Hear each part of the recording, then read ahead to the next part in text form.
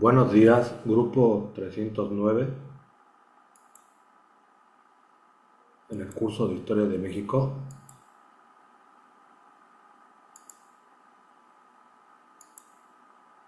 Vamos a empezar poniendo la clase, que es clase 4, y la fecha 17 de septiembre. Ponemos historias de la antigüedad mexicana. ¿En qué nos vamos a fundamentar para llamarle a nuestra unidad temática la antigüedad mexicana? Nos vamos a basar, como ya lo había mencionado, en Francisco Javier Clavijero, quien hizo una obra monumental llamada Historia Antigua de México. Bueno, algunas cosas que quisiera comentar, quisiera compartirles, para poder fundamentar todo esto que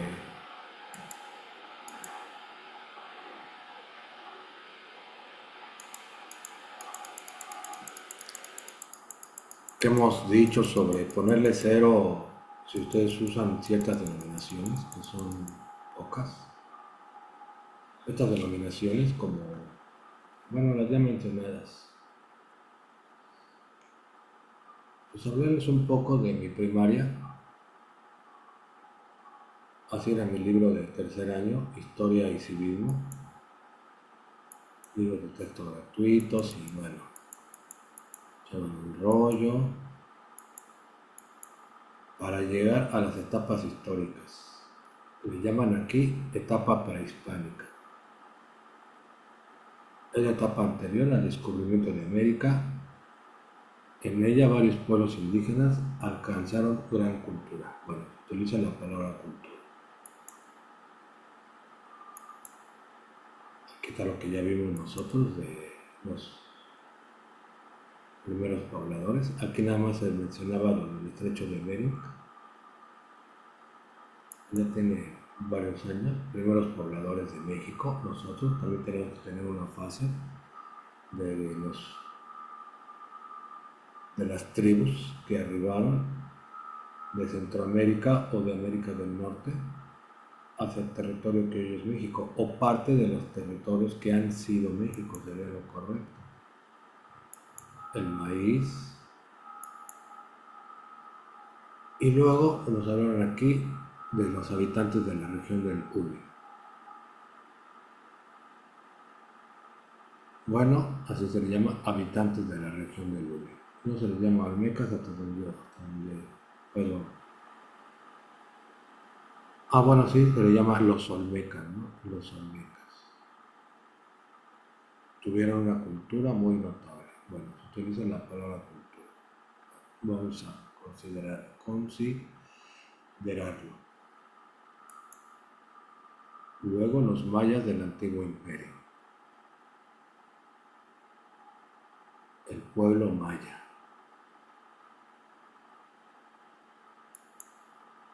Luego los teotihuacanos.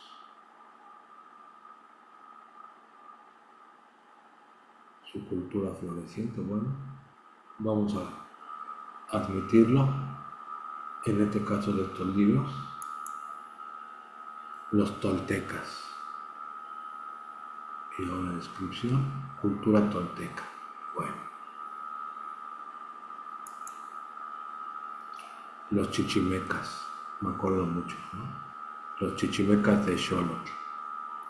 Chichimecas y toltecas. Itlizóchitl y Nezahualcóyotl.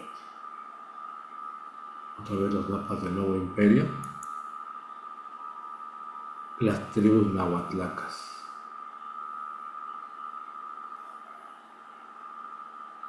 Las caltecas, chalcas, xochimilcas, tlahuicas. El lago. Luego los tarascos, aunque aquí todavía se les llamaba tarascos, no son tarascos, son purépechas.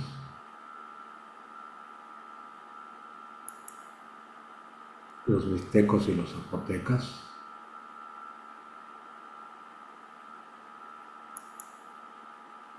Los aztecas.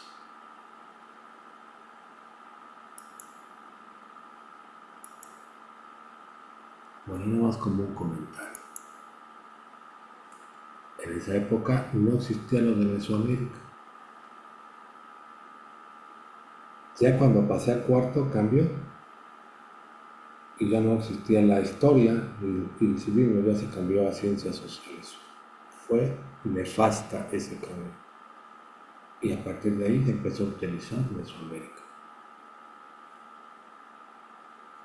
a nivel educativo. Y después sería de uso masivo, fuera de lo educativo. Porque esta idea de este alemán se difundió y se impuso.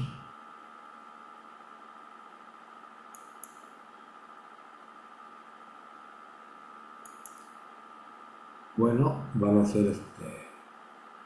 tomar apuntes de esto que dije en una plana. Todo esto que estoy haciendo una glosa, un recuerdo sobre la primaria, porque así se nos enseñaba y yo supongo que en ese tiempo en la secundaria y demás niveles educativos, pues con más razón. Y fue mi generación en esos años de la primaria donde vino ese cambio nefasto. Bueno, también quisiera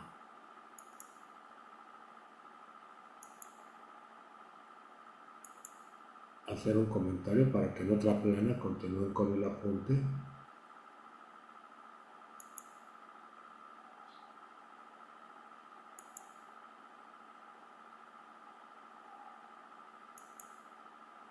Voy a hacer unos clics.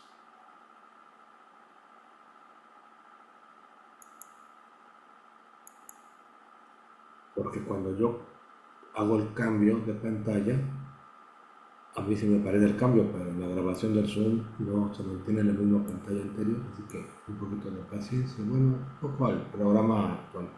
Ustedes son la generación que lleva por primera vez los programas del 2024. Los alumnos que están ahorita en quinto semestre vieron el programa anterior y los alumnos que están ahorita en quinto están viendo los programas del 2018 o 2016. No me acuerdo bien qué año, pero por ahí. Luego vino una revisión y se pusieron los programas a partir de la generación 2024. Por eso ustedes sí vieron el programa nuevo, vamos a llamarlo así, en Historia Universal, perdón, y ahora en Historia de México. Es la primera generación con este programa. Cada 6, 8 o 10 años se revisan y en su caso se modifican los programas de estudio. Entonces, nada más para comentar, ¿no? En qué consiste en un enfoque disciplinario, o sea, el campo de estudio, el enfoque didáctico, mediante qué estrategias, secuencias se va a desarrollar, qué actividades, y luego el perfil del egresado, los propósitos generales de la materia y el panorama general de las unidades. Pues miren, la presentación, pues es mucho rollo, ¿no? Porque que es parte del plan de estudio, del tercer semestre, que del área histórico-social, que nos basamos en el documento Orientación y sentido de las áreas, en nuestro caso somos el área histórico-social, que es parte de la cultura básica. Dice que compartimos el pensamiento lógico y abstracto de las matemáticas, con el área de matemáticas, que compartimos con ciencias experimentales, o sea, con física, química y biología, el razonamiento hipotético deductivo. Cuidado, porque no nada más es poner palabras raras, ¿eh? Una hipótesis es una cosa muy diferente que no tiene nada que ver con la deducción, es decir, con la relación universal particular. No tiene nada que ver. Esto es razonamiento hipotético deductivo. Cuidado con utilizar esas expresiones que no significan nada.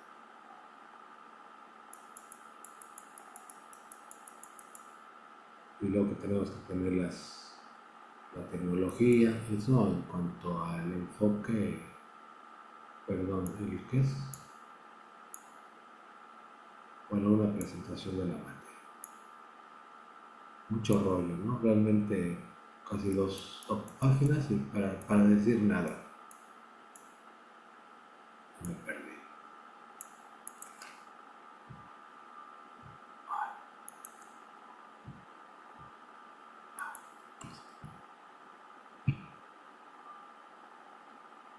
Bueno, el enfoque disciplinario en qué consiste, o sea, el campo de estudio, o sea, qué es la materia, de qué trata la materia, el devenir histórico de nuestro país.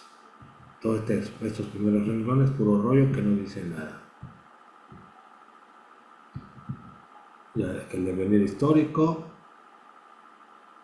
para el párrafo anterior decía que el devenir, aquí que el acontecer histórico, que la historicidad también es un término equivocado, como un proceso dialéctico. El acontecer histórico de México como un proceso dialéctico.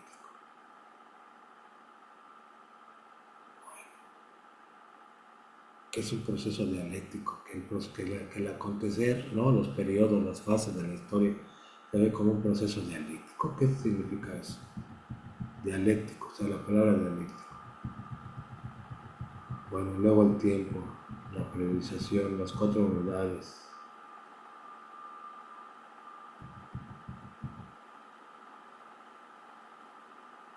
El contexto de las transformaciones del capitalismo mundial, que la multicausalidad. ¿Qué es la multicausalidad?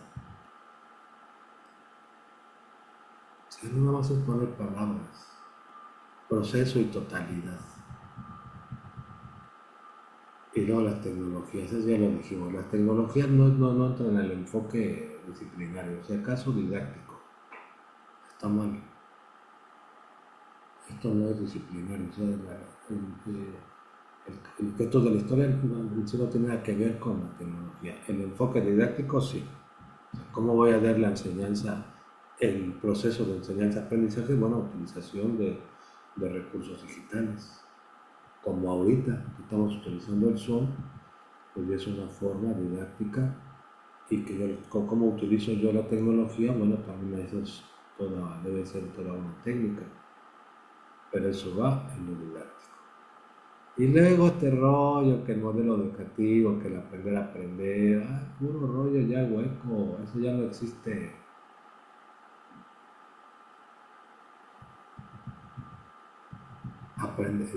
¿Qué es aprender a aprender? Aprender a aprender, que el alumno comprenda los contenidos historiográficos, que no hay nada estático ni absoluto. La verdad sí es absoluta.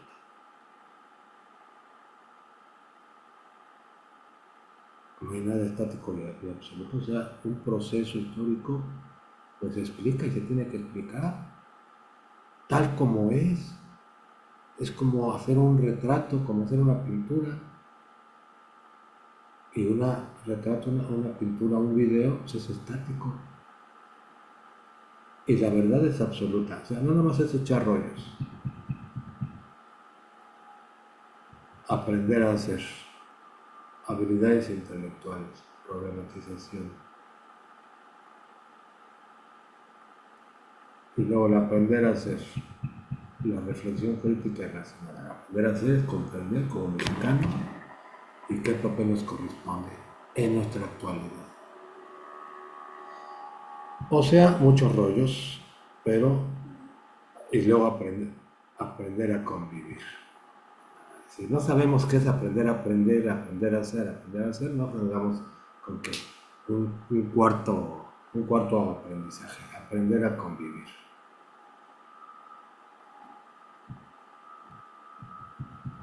Cada vez hacen peores programas, ¿sí?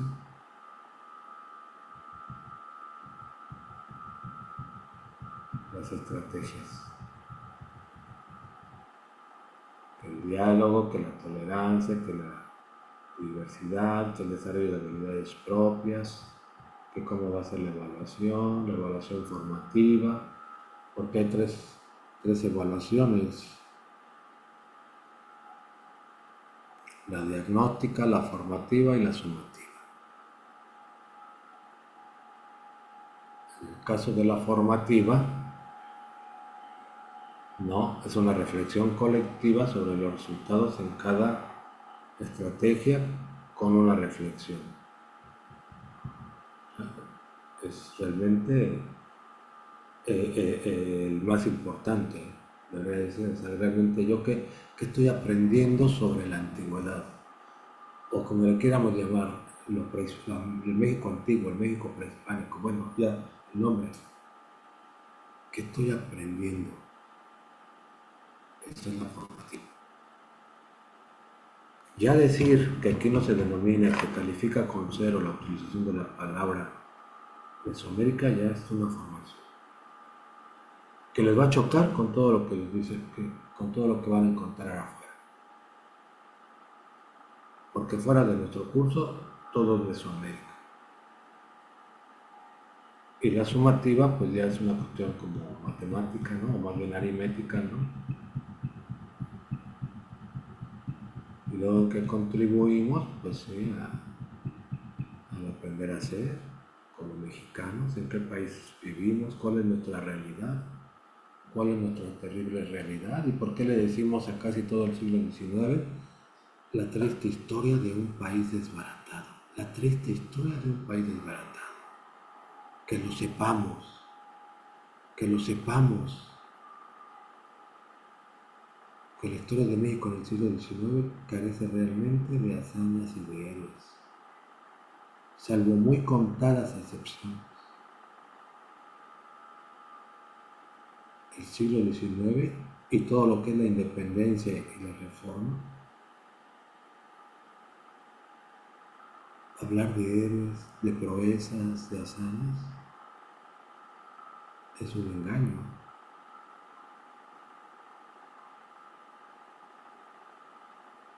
Que sepamos ahorita esta historia, la triste historia de un país desbaratado.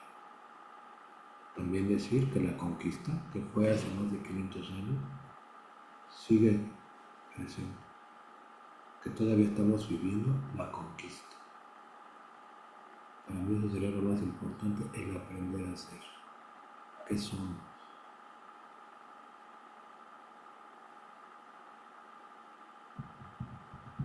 Como ahorita que estamos en el rollo este de la independencia, que sepamos que esa llamada independencia fue un proyecto y un triunfo de Inglaterra, o para decirlo más específicamente, del capitalismo inglés.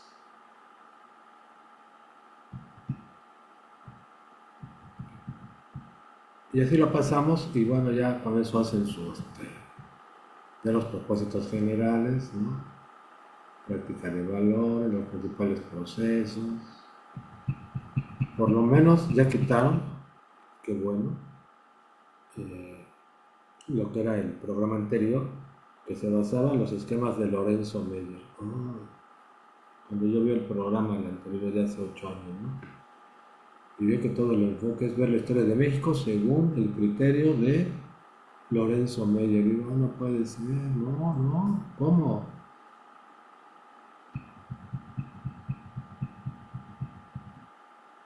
Bueno, aquí están las dos asignaturas, Historia de México 1 e Historia de México 2, y aquí se llama la civilización originaria mesoamericana. Bueno, eso nos dice.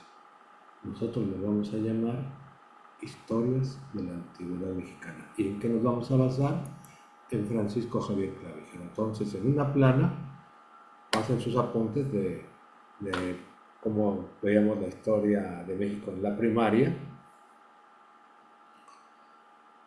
porque después se leen los libros que teníamos nosotros en tercero de primaria, y en la segunda plana todo esto del programa. Bueno, en mi criterio, ustedes también tienen que poner su criterio. Y en la tercera plana de los apuntes, vamos a hacer una introducción a Francisco Javier Clavijero y su libro de la historia antigua de México.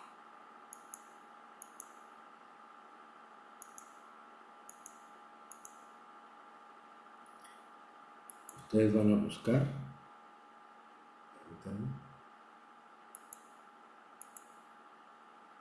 Hacer unos clics.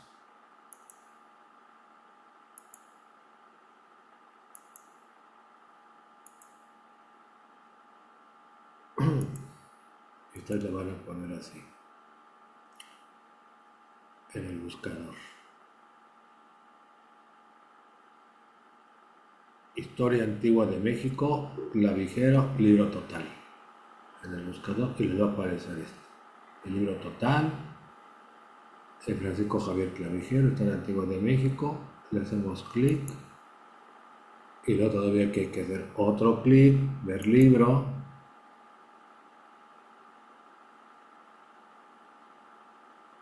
Y luego, después de algunos movimientos raros, ir al libro otra vez y ya nos va a aparecer el libro, nada más como una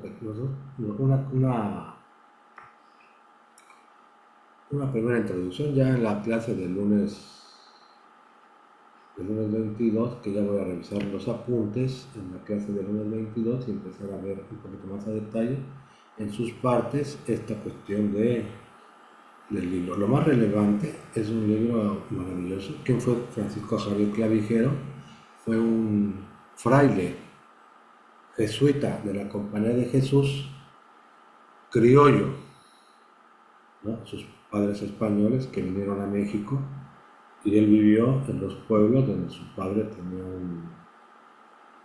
un cargo por parte del virreinato. Primera parte, un prólogo que lo hacen otras personas que encontraron que editaron su libro, y lo más importante está en esta página, un poquito de su vida, que le llamamos su vida, ¿no? Ahora se le llama biografía, pero qué palabra tan fea, ¿no? Acuérdense de las vidas paralelas de Plutarco, ¿no? Así decían los griegos. Las vidas paralelas, la vida de César, la vida de Alejandro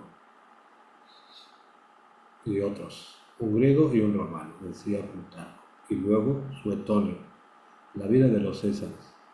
Ya en la modernidad se le llama biografía, ¿no? Pues, le vamos a llamar la vida de Francisco Clavijero, y aquí ya nos da en estas páginas interesantes cosas muy importantes, porque se van a reflejar en lo que él haría en su obra, que es escribir la historia de la antigüedad, la historia del México antiguo, como él le llamó.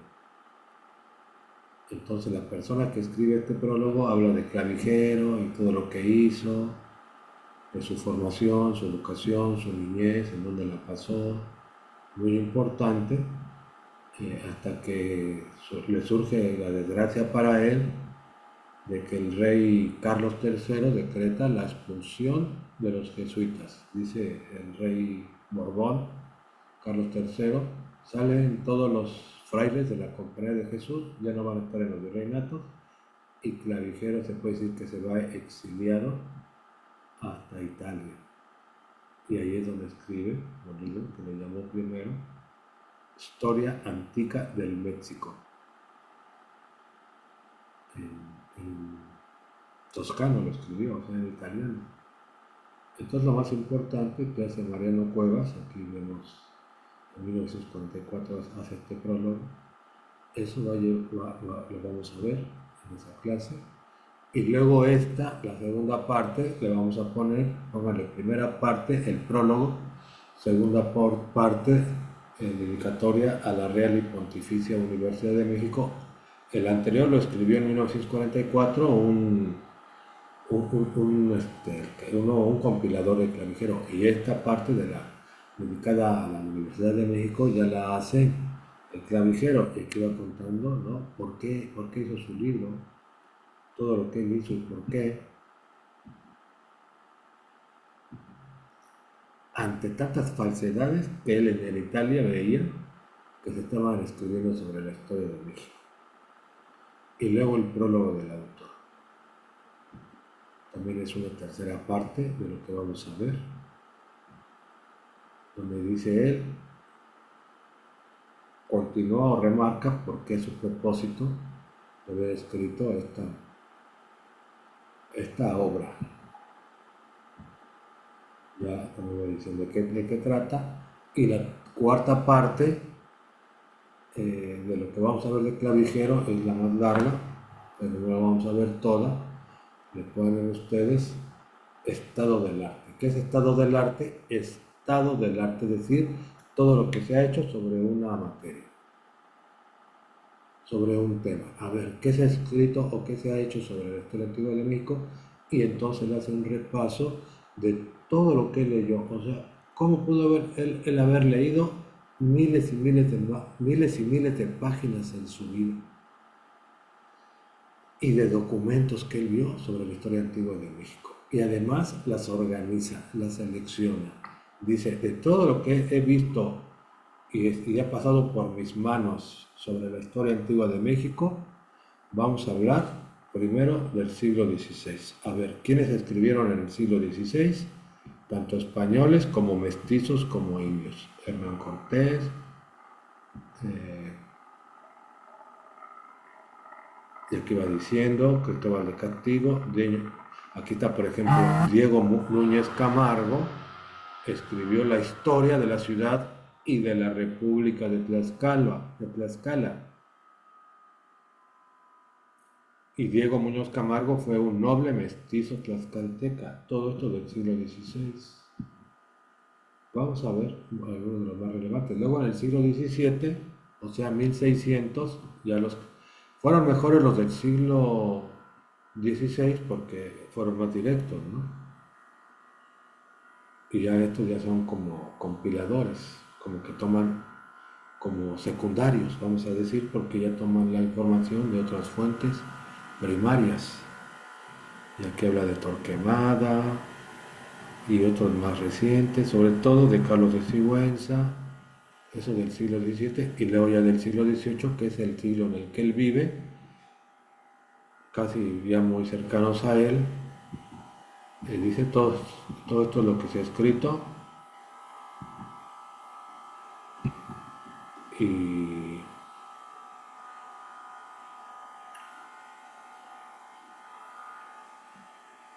¿no?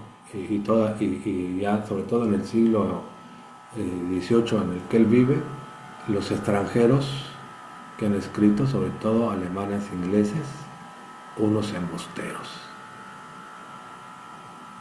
porque sí son los de esos países. Y luego las pinturas, que él dice, bueno, también aparte de textos, documentos, pasaron por mis manos pinturas, como le llama a él, a lo que ahora le llamamos códices, que tal vez sea más correcto, pinturas, ¿no? Obviamente él lo escribió como por 1780 y posiblemente muchas de estas fuentes pues ya no están en la actualidad, posiblemente hayan estado ya desaparecidas. Esas son las cuatro partes con las que él hace como la parte inicial y luego ya entra en materia.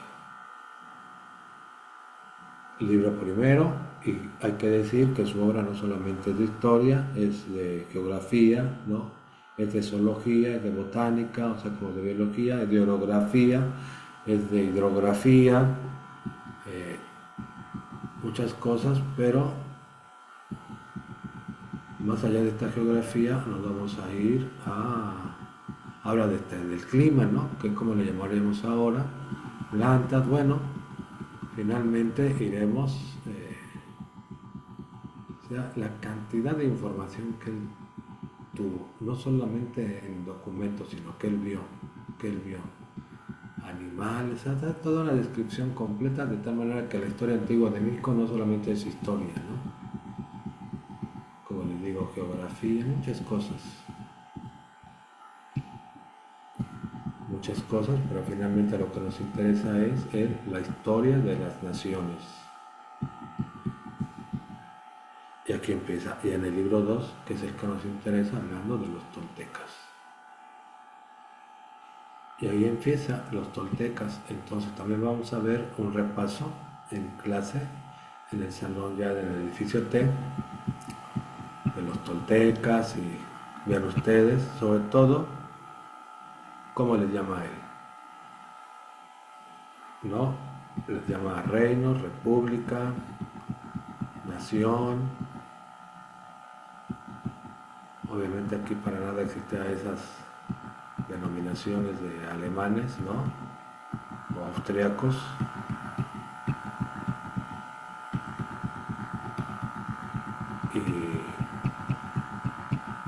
Y no, obviamente no es todo México porque él no habla todavía de los mayas, ¿no? No lo abarcó. Ya después vamos a decir, ¿no? A valorar esta obra que actualmente pues ya no está tan actualizada, pero el modelo, el esquema, la forma el enfoque, la forma de contemplar, la forma de distinguir el campo de estudio, el objeto de estudio, la historia antigua de México, y de ahí nosotros nos basamos para decir las historias de la antigüedad mexicana, historia de los toltecas, de los reinos toltecas, historia de los reinos mayas, historia de la República de Tlaxcala, historias de las tribus chichimecas, y así es como nosotros decimos que se tiene que ver la historia, y no como esos extranjeros perniciosos nos han hecho ver. Entonces, en las clases, a partir del lunes 20,